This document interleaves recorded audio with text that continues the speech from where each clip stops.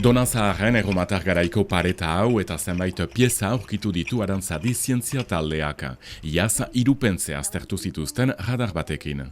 Geofisikan identifikatu zen marra horiek edo ikusi dugu batzetozela alde batetik eraikin baten barne pareta batekin eta ondoren gela bat izango zen edo eremu bat izango zen zoruarekin, zoru hori uharri ertain edo txikiekin osaturik egongo zen. Eta orain ere garena da pixkanaka atzeruntza egiten eta uharri horien tartean atxeman ditugu zeramika zatitxo txikiak erromatar garaikoa izan dela adierazten digutenak. Lehen aldia Arantzadik indusketak egiten dituela Ipar Euskal Herrian, orain ikertzen segitu beharko dute kronologia eta zehazteko bigarren gune untan bezala. Hau ja hasieratik bagenekien sakonera handiagoan egongo zela egitura, beraz horregatik egin genuen sondeo txikiago bat eta topatu dugu azkenean ikertu nahi genuen eraikinaren pareta.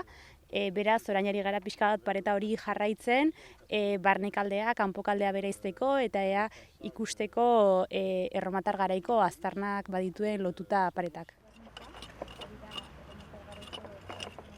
Topatu ditugun aztarnen artean, batez ere hemen garrantzitsuenak zeramika zatiak izan dira, bai topatu dugulako terraxe gelata ditzen den erromatar garaikoiko zeramika mota bat, ziurrenik plater baten eta ontzi baten ertzak izan daitezkenak gutxienez, eta baita anfora baten azpiko oinarria baita ere pixka bat adierazten diguna erromatar garaiarekin lotutako egitura izanen zela.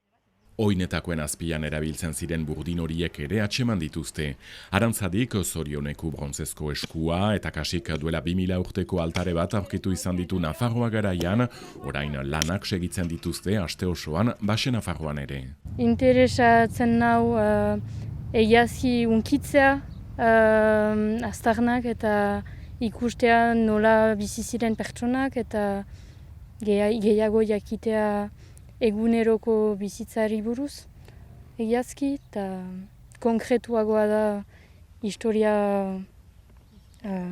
liburutegian dena baino. Eta hemen, Lidi, zerbait atxeman duzu orain arte? Bai, baina aski gauza modernoak dira, bai burdinezko gauzak. Egon ateratzen 20. mendeko eta igual erdiaroko aro modernoko zer izan daitezken pieza txikiak. Baina ja atera dugu lehenengo pieza erromatar garaikoa. Notizia ona, badagola zerbait azpian. Hori ere bagenekin lehenagontik, gainontzeko toki aukitan, Zer sentitzen da, holakotan? Kriston ilusioa, gaina induzten zerbait inorkeztu nahi ikusi milaka urtean, eta guk ikusiko gu lehenengo aldiz. Guk daukagu responsabilidadea, ondo dokumentatzeko, ikasteko, etorkizuna gauza gehiago jakiteko, eta Pirinioetako bide guztia nola konektatzen zan ulertzeko. Badu bere garrantzia baita ere, azkenean Donazarrek duen beste berezitasun bat dela gaur egungo herria Aintzinaroko edo erromatar garaiko herriaren gainean pausatua dela.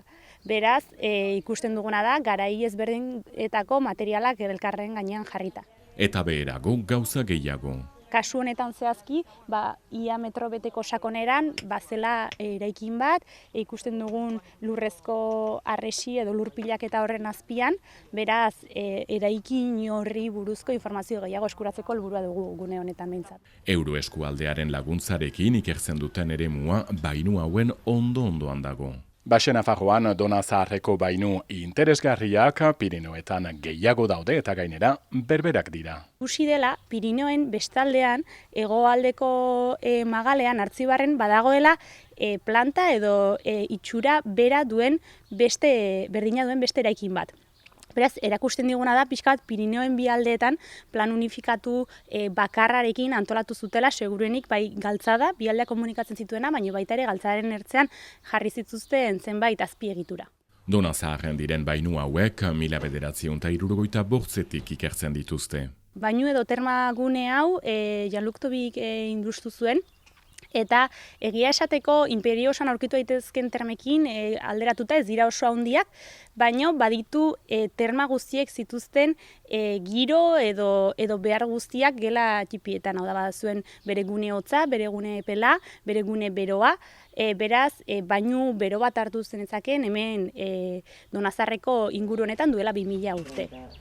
Aste hontan aurkitu dituzten piezak noizbait Donazaharren berean ikusgai izatea espero du Arantzadi zientzia elkarteak. Ikerketaz gain, divulgazioa ere zertan ari diren herritarrei jakinarazteko, bisitak larunbatuntan 4 euskaraz eta oren bat geroago frantsesez.